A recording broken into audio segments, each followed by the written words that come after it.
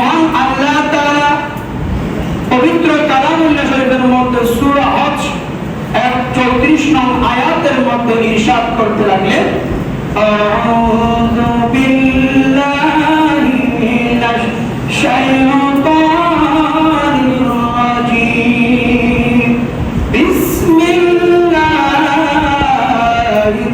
রাহমানির রাহিম, ওয়া লিকুল্লি উম্মাতিন জাআলনা মাসাকান লিয়াযকুরু ইসমাল্লাহি আলা মা রাযাকাহুম মিন বাহিমাতিল আনআম। অর্থাৎ মহান আল্লাহ তাআলা এই আয়াতের মধ্যে ইরশাদ করতে লাগলেন, প্রত্যেক জাতির জন্য আমি কুরবানির নিয়ম করে দিয়েছি।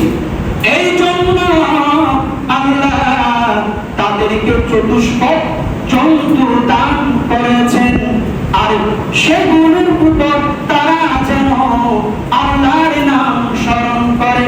উঁচু আওয়াজ বলুন না সুবহানাল্লাহ। অর্থাৎ প্রত্যেক জাতির জন্য, প্রত্যেক উম্মতের জন্য মহান আল্লাহ তাআলা কুরবানি জারি করে দিয়েছে। অর্থাৎ আমাদের আগে সকল উম্মতের জন্য, সকল নবী রাসূলগণের জন্য কুরবানির বিধান জারি ছিল। সবাই বলুন সুবহানাল্লাহ। আর এই বিধান এখনো আছে এবং কিয়ামত পর্যন্ত জারি থাকবে। মহান আল্লাহ তাআলা বলে,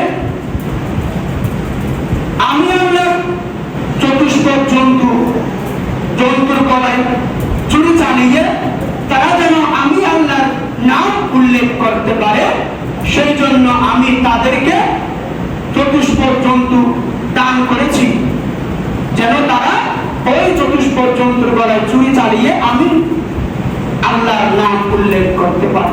সবাই বলুন সুবহানাল্লাহ।